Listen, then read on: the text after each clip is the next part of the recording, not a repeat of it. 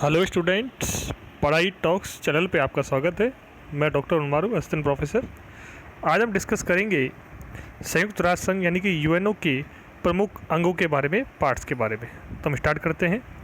संयुक्त राष्ट्र संघ का या यूएनओ का जो पहला अंग है वो है महासभा, जिसे हम अंग्रेजी में बोलते हैं जनरल असेंबली। यूएनओ की महासभा विश्व की संसद है, क्योंकि इसमें सभी राष्ट्र भाग लेते हैं। डेविड कुशमैन क्या कहते हैं इसके बारे में? डेविड कुशमैन कहते हैं कि यह केंद्रीय अंग है। शूमा इसे कहते हैं विश्व की नगर सभा। क्या कहते हैं इसे? विश्व की नगर सभा है। आइजनहावर क्या कहते हैं इसे? वो कहते हैं विश्व का अंतःकरण नहीं है। ठीक है, आइजनबर्गर कहते हैं इसे कि ये विश्व का इंटरनल पार्ट है, वर्ल्ड का अंतःकरण नहीं है। यूएनओ महासभा का अधिवेशन प्रत्येक वर्ष सितंबर माह के तीसरे मंगलवार को होता है। ध्यान रखना, सितंबर माह के तीसरे माह को यूएन का अधिवेशन होता है। ठीक है, इसमें प्रत्येक राष्ट्र के 5 सदस्य भेज सकता है। इसमें जो हर राष्ट्रीय सदस्य हैं वो अपने 5 मेंबर इसमें भेज सकता है, परंतु मतदान केवल एक ही दे सकता है, एक देश। ठीक है, यूएनओ महासभा का अधिवेशन विशेषकर 72वां अधिवेशन सितंबर 2017 में हुआ था और 73वां अधिवेशन सितंबर 2018 में हुआ। ठीक है, यूएन की जो महासभा है इसके अधिवेशन में निम्नलिखित गतिविधियाँ संचालित होती है। जिस संयुक्त राष्ट्र संघ है, इसकी जो महासभा है, इसके अधिवेशन में निम्नलिखित गतिविधियां संचालित होती हैं। क्या होती है देख लेते हैं हम। नंबर 1, प्रत्येक वर्ष एक अध्यक्ष और इसमें 19 उपाध्यक्ष चुने जाते हैं। 2017 में मिरोस्लाव लेज़केक स्लोवाक के अध्यक्ष चुने गए और 5 सुरक्षा परिषद के टेम्परेरी मेंबर्स का इसमें चुनाव किया जाता है। जो मानव अधिकार परिषद 2006 में बनी थी, यूएन वुमेन 2011 के सदस्यों का चुनाव किया जाता है और यूएनओ का बजट पारित किया जाता है इसके अंदर। और निम्नलिखित 6 समितियों का इसमें चयन किया जाता है। वो समितियां इस प्रकार से हैं: निशस्त्रीकरण की समिति, आर्थिक व वित्तीय समिति, सामाजिक समिति, उपनिवेश समिति, प्रशासनिक व बजट समिति, कानूनी समिति, 6वीं समिति। ठीक है, तो इसमें ये मुख्य कार्य ये होते हैं कि 6 समितियाँ इसमें बनती है। इंपॉर्टेंट बात यह है कि महासभा एक तदर्थ समिति का गठन करती है जो लघु विधानमंडल की तरह कार्य करती है। लघु विधानमंडल कौन होता है? जो कि महासभा की तदर्थ समिति होती है, उसे हम क्या बोलते हैं? लघु विधानमंडल बोलते हैं। 3 नवंबर 1950 को यूएनओ की महासभा में शांति के लिए एकता प्रस्ताव पारित किया गया, जिसके माध्यम से महासभा को सामूहिक सुरक्षा की शक्ति अर्थात शांति सेना भेजने का अधिकार दिया गया। इसे एसेंचन योजना भी कहते हैं। अब हम डिस्कस कर लेते हैं कि महासभा में सुधार के लिए क्या सुझाव दिए जा सकते हैं। नंबर 1, सुरक्षा परिषद को महासभा के प्रति उत्तरदायी होना चाहिए। नंबर 2, जनसंख्या के आधार पर महासभा में प्रतिनिधित्व किया जाना चाहिए। मतलब क्या है इसका? कि जितनी जनसंख्या हो उतने ही महासभा में मेंबर्स होने। जैसे भारत की जनसंख्या बहुत ज़्यादा है तो इसके मेंबर ज़्यादा होने चाहिए। ठीक है, महासभा के अंदर। और सिक्योरिटी काउंसिल को रेस्पॉन्सिबल होना चाहिए महासभा के प्रति। अगला है कि महत्वपूर्ण संस्थाओं को सीधे महासभा के अधीन बनाया जाए। महत्वपूर्ण संस्थाओं को सीधे महासभा के अधीन बनाया जाए। ठीक है, ये है इसके अंदर सुधार का, इसके अंदर मतलब कि ये बात की गई है। ठीक है, और इसके अलावा अगर हम बात करें अगले अंक की, वो है सिक्योरिटी काउंसिल, सुरक्षा परिषद। सुरक्षा परिषद यूएनओ का कार्यकारी अंग है, बिल्कुल सही है, जिसका प्रमुख कार्य आक्रमण के निराकरण के लिए सैनिक सामूहिक सुरक्षा देना है। मतलब कि एक पे हमला सब पे हमला बना जाएगा, तो ये सामूहिक सुरक्षा या कलेक्टिव सिक्योरिटी की बात करता है कौन? सुरक्षा परिषद। इसका प्रमुख उद्देश्य क्या है? अंतर्राष्ट्रीय शांति और सुरक्षा स्थापित करना। इसकी स्थापना 1946 में हुई थी। 1965 में सुरक्षा परिषद में पहले 11 मेंबर थे, परंतु 1965 में से 15 मेंबर्स इसमें हो गए हैं। ध्यान रहे, 1965 में सुरक्षा परिषद में पहले 11 मेंबर थे, परंतु 1965 के बाद से इसमें 15 मेंबर हो गए हैं, जिनमें से 5 स्थायी होते हैं। ध्यान रखना, जिनमें से 5 क्या होते हैं? स्थायी, व 10 होते हैं अस्थायी, जिन्हें P5 कंट्रीज भी कहते हैं। ये P5 कंट्री कौन से हैं? अमेरिका, ध्यान रखना, ये बहुत इंपॉर्टेंट क्वेश्चन आता है इसके अंदर से। अमेरिका, रूस, चीन, ब्रिटेन और फ्रांस। अमेरिका, रूस, चीन, ब्रिटेन और फ्रांस जो है वो P5 देश हैं, मतलब कि स्थायी मेंबर्स हैं सुरक्षा परिषद के। चीन 1971 में इसका स्थायी मेंबर बना था। चीन 1971 में इसका स्थायी मेंबर बना था, याद रखना इस चीज़ को। इसके 10 स्थायी मेंबर जो होते हैं वो महासभा में सुरक्षा परिषद द्वारा 2 वर्ष के लिए चुने जाते हैं। इसमें 10 सदस्य निम्नलिखित क्षेत्रों से आते हैं: 3 अफ्रीका से, एशिया प्रशांत से 2, लैटिन अमेरिका से 2, पश्चिमी यूरोप से 2 और पूर्वी यूरोप से 5। ठीक है, 10 मेंबर इस प्रकार से यहाँ से आते हैं, अलग अलग महाद्वीपों से आते हैं। मतलब सुरक्षा परिषद की सामूहिक कार्रवाई की चर्चा चार्टर के 7वें भाग में की गई है, 7वें भाग में की गई है। ठीक है, विशेषकर अनुच्छेद 42 से अनुच्छेद 46 तक इसकी चर्चा की गई है। सुरक्षा परिषद जो है सामूहिक सुरक्षा के लिए निम्नलिखित नीतियां अपनाती है, जैसे कि पीस कीपिंग, जब गृह युद्ध के निवारण के लिए शांति सेना भेजी जाती है तो उसे पीस कीपिंग कहते हैं। अफ्रीका के अधिकांश देशों में यूगोस्लाविया के गणराज्यों में पीस कीपिंग की कार्रवाई हुई है। ठीक है, अब बात कर लेते हैं सुरक्षा परिषद में सुधार की बात कर लेते हैं।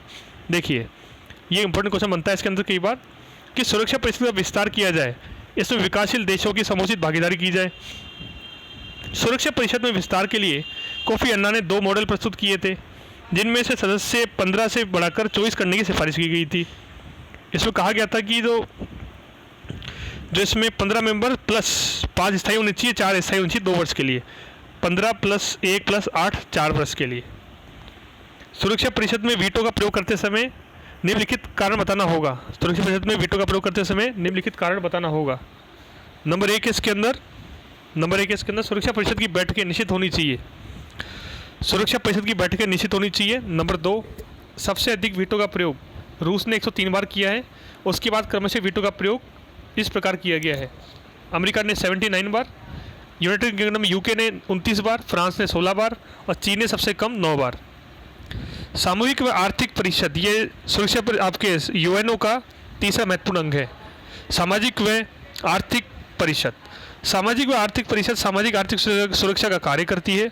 यह व्यक्ति के कल्याण का कार्य करती है। इसमें 54 मेंबर होते हैं, 54 मेंबर होते हैं, जो कि 3 वर्ष के लिए महासभा सुरक्षा परिषद द्वारा चुने जाते हैं। ठीक है, इसके अंतर्गत यूएन जो है, यूएनओ की विभिन्न एजेंसियां और कार्यक्रम आते हैं और वो एजेंसी अधिकतर स्वायत्त होती है। जैसे प्रमुख एजेंसी इस प्रकार है IAEA, ILO। इनके जैसे मैं बताता हूँ आपको मुख्यालय कहाँ है। IAEA का मुख्यालय है वियना, ILO का जेनेवा, यूनेस्को का पेरिस, यूनिसेफ का न्यूयॉर्क, FAO का रोम, ITU का दूरसंचार का टेलीकॉम वाले का पेरिस, IMO का है आपका सामुद्रिक का लंदन। ठीक है, और WMO का जो मौसम का है जेनेवा में, UNDP विकास वाले का है वियना में, UNEP का है एनवायरनमेंट वाले का केन्या नैरोबी में, WHO का वियना में, UNU का क्वेटो में जापान में विश्वविद्यालय है, UPU पोस्टल यूनियन जो है वो स्विट्जरलैंड के अंदर है, बर्न के अंदर। ठीक है, ये है इसके अंदर। सामाजिक व आर्थिक परिषद में सुधार के सुझाव दिए जा सकते हैं, जैसे कि इसके कार्यों में विभिन्नता होने के कारण इसे 2 भागों में बांटना चाहिए, सामाजिक परिषद व आर्थिक परिषद। इसकी महत्वपूर्ण संस्थाओं को सीधे महासभा के अधीन किया जाना चाहिए, ये इसमें सुधार हो सकता है। ठीक है, अगला अंग है आपका यूएनओ का, वो है सचिवालय, सेक्रेटरीट। यह यूएनओ का ऐसा अंग है जो सभी अंगों की गतिविधियों का केंद्र बिंदु है, क्योंकि यह सभी अंगों में समन्वय करता है और सभी अंगों की गतिविधियों का लेखा जोखा रखता है। इसका प्रमुख महासचिव होता है, जो कि 5 वर्ष के लिए महासभा सुरक्षा परिषद द्वारा निर्वाचित होता है। जो सेक्रेटरीट होता है, जनरल सेक्रेटरी होते हैं, उनका सिलेक्शन कौन करते हैं? महासभा सुरक्षा परिषद, 5 वर्षों के लिए। कोफी अन्नान समिति की सिफारिश के अनुरूप इसमें 7 उप महासचिव होते हैं, जो अपने विभागों के प्रमुख होते हैं। ठीक है, प्रथम त्रिगवेली। महासचिव की भूमिका क्या रहती है? एंटोनियो गुटेरेस अभी वर्तमान में, ठीक है, महासचिव की भूमिका रहती है कि महासचिव की भूमिका 2 रूप में बांट सकते हैं, शीत युद्ध काल में भूमिका, कोल्ड वॉर के काल में भूमिका, और शीतयुद्ध काल में, यानी कि शीत युद्ध के बाद की भूमिका। शीत युद्ध काल चल रहा था जब कोल्ड वॉर चला, जबकि उस टाइम में जो महासचिव की भूमिका थी वो, और शीत युद्ध के बाद की जो भूमिका है वो, आफ्टर द कोल्ड वॉर की भूमिका है जो वो। ठीक है, और अगली बात, शीत युद्ध काल में भूमिका।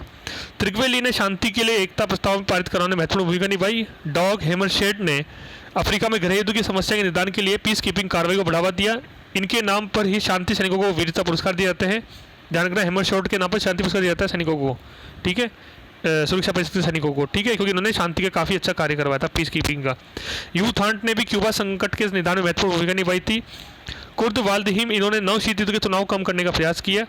NPT 1968 में PTBT, जो कि सामरिक हथियारों कटौती की संधियाँ हैं, उनकी संधि भी इसी काल में आई थी, कुर्द वाल्दहिम के काल में आई थी। और जेवियर परेज ने शीत युद्ध के अवसान को योगदान दिया था। शांति के लिए एकता प्रस्ताव त्रिगवेली हंगरी में USSR के हस्तक्षेप करवाया था। डॉग हैमरशर्ड ने, एनपीटी यूथॉर्न ने, एबीएमटी कुर्तवालहीम ने, और जर्मनी के एकीकरण में योगदान दिया था जेवियर परेज ने। अफगानिस्तान संकट को सुलझाने का काम किया था कुर्तवालहीम ने। बुतरस गाली ने अमेरिकी चौधराहट की आलोचना की थी और विशेषकर हैती में अमेरिकी हस्तक्षेप की आलोचना की थी बुतरस गाली ने। ठीक है, बुतरस गाली जो कि महासचिव रहे यूएनओ के। कोफी अन्नान ने अमेरिकी चौधराहट की आलोचना की, जैसे खाड़ी संकट सेकंड की इन्होंने आलोचना की। इन्होंने यूएनओ के सुधार के लिए महत्वपूर्ण प्रयास किए। बान की मून ने पर्यावरण संरक्षण में नेम के संरक्षण में महत्वपूर्ण भूमिका निभाई। और अंतिम जो महत्वपूर्ण अंग है यूएनओ को वो है अंतर्राष्ट्रीय न्यायालय, ICJ, international court of justice. देख लेते हैं हम इसके अंदर। अंतर्राष्ट्रीय न्यायालय सर्वोच्च न्यायिक संस्था है जिसका मुख्यालय हेग यानी कि नीदरलैंड में है। इसमें 15 न्यायाधीश होते हैं जो 9 वर्ष के लिए महासभा व सुरक्षा परिषद द्वारा चुने जाते हैं। मतलब कि इसमें क्या है, अंतर्राष्ट्रीय न्यायालय में कुल मिलाकर के 15 या 15 न्यायाधीश या जज होते हैं जिनका कार्यकाल कितना वर्ष का होता है, 9 वर्षों का, जो चुने जाते हैं महासभा और सुरक्षा परिषद के द्वारा। यह अपने में से ही 3 वर्षों के लिए अध्यक्ष व उपाध्यक्ष का चुनाव कर लेते हैं। भारत के भी निम्नलिखित 4 न्यायाधीश अंतर्राष्ट्रीय न्यायालय में सेवा दे चुके हैं। Doctor Nagendra Singh, BN Rao, RS पाठक, दलील भंडारी, राजस्थान, जोधपुर से। अंतर्राष्ट्रीय न्यायालय की कार्यवाही सामान्यतः गुप्त होती है और इसके कार्य फ्रेंच व अंग्रेजी में ही किए जाते हैं। अंतर्राष्ट्रीय न्यायालय के क्षेत्राधिकार व कार्य शक्ति इस प्रकार से हैं। अनिवार्य क्षेत्राधिकार, जैसे कि जो कंपल्सरी अधिकार है वो, परामर्श दात्री क्षेत्राधिकार यानी कि परामर्श देने वाला अधिकार, और थर्ड ऐच्छिक अधिकार यानी कि कोई माने न माने इसकी इच्छा, ऑप्शनल उसके निर्णय माने, उसको बोलते हैं ऐच्छिक क्षेत्राधिकार। ठीक है, तो अनिवार्य क्षेत्राधिकार क्या होता है हम देख लेते हैं अंतर्राष्ट्रीय न्यायालय का। यदि कोई राष्ट्र यूएनओ की संधि व समझौते पर हस्ताक्षर कर देता है तो उसके बाद उसकी अवहेलना करता है तो उसके बाद न्यायालय ऐसे राष्ट्र को दंड दे सकता है। दूसरा, परामर्शदात्री क्षेत्राधिकार, इसके अंतर्गत यदि यूएनओ के अंगों में टकराव हो जाता है तो न्यायालय उचित परामर्श देता है। ठीक है, जैसे शांति के लिए एकता प्रस्ताव के मुद्दे पर उसने कहा था कि न्याय महासभा को भी शांति सेना भेजने का अधिकार है। तीसरा, ऐच्छिक क्षेत्राधिकार, यदि दोनों राष्ट्र सहमत हो किसी विवाद को तो इसके अंतर्गत न्यायालय में ले जा सकता है इस विवाद को। जैसे कि लिपिदान में सीपीदान जो इंडोनेशिया व मलेशिया के मध्य हुआ था, न्यायालय ने इंडोनेशिया के पक्ष में निर्णय दिया था। त्रिविहार, यह कंबोडिया व थाईलैंड के मध्य हुआ था, न्यायालय ने इसे कंबोडिया के पक्ष में निर्णय दिया था, है ना। और बेपॉस द्वीप, यह नाइजर व कैमरून के बीच हुआ था, न्यायालय ने नाइजरलैंड के पक्ष में निर्णय दिया था। ठीक है, नोट, इसके इंपोर्टेंट नोट क्या है, अंतर्राष्ट्रीय न्यायालय में सुधार के सुझाव दिए सकते हैं, जैसे कि इसमें वादी व प्रतिवादी राष्ट्रों के जो है जो अलग अलग व्यक्तियों को इसमें भागीदार बनाना चाहिए। ठीक है ना।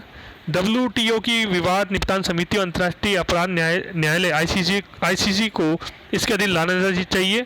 और अंतर्राष्ट्रीय आपराधिक न्यायालय की स्थापना जुलाई 2002 में हुई है। इसके 18 न्यायाधीश हैं जो कि मानवाधिकार का हनन की जांच का कार्य करते हैं। इंपॉर्टेंट तथ्य यह है कि यूएनओ में सुधार से संबंधित निम्नलिखित आयोग व समितियाँ गठित हुई है। संयुक्त राष्ट्र महासभा है उसके अंदर सुधार के रिफॉर्म्स के लिए कुछ समितियाँ, कमेटियाँ, कमीशन गठित हुए हैं जिनके नाम इस प्रकार से 4 महत्वपूर्ण है। नंबर 1 कार्लसन आयोग 1982, रजाली इस्माइल नंबर 3, पाइनिकर आयोग, और नंबर 4 कोफी अन्नान समिति 1997। तो स्टूडेंट ये था यूएनओ का संयुक्त राष्ट्र सभा का अंगों की डिस्कस। ठीक है, हमने इस वीडियो में पढ़ा यूएन के संयुक्त राष्ट्र सभा के महत्वपूर्ण अंगों के बारे में, महासभा, सचिवालय, सामाजिक आर्थिक विकास परिषद, अंतर्राष्ट्रीय न्यायालय, सुरक्षा परिषद के बारे में। ठीक है, तो अगर आपको वीडियो अच्छा लगा हो तो ज़रूर लाइक करो, शेयर करो। हम अब विदा लेते हैं। अगर आप वीडियो अच्छा लगा हो तो ज़रूर लाइक कीजिए, शेयर कीजिए और हाँ, चैनल को जो सब्सक्राइब कीजिए। Okay, thank you, good bye.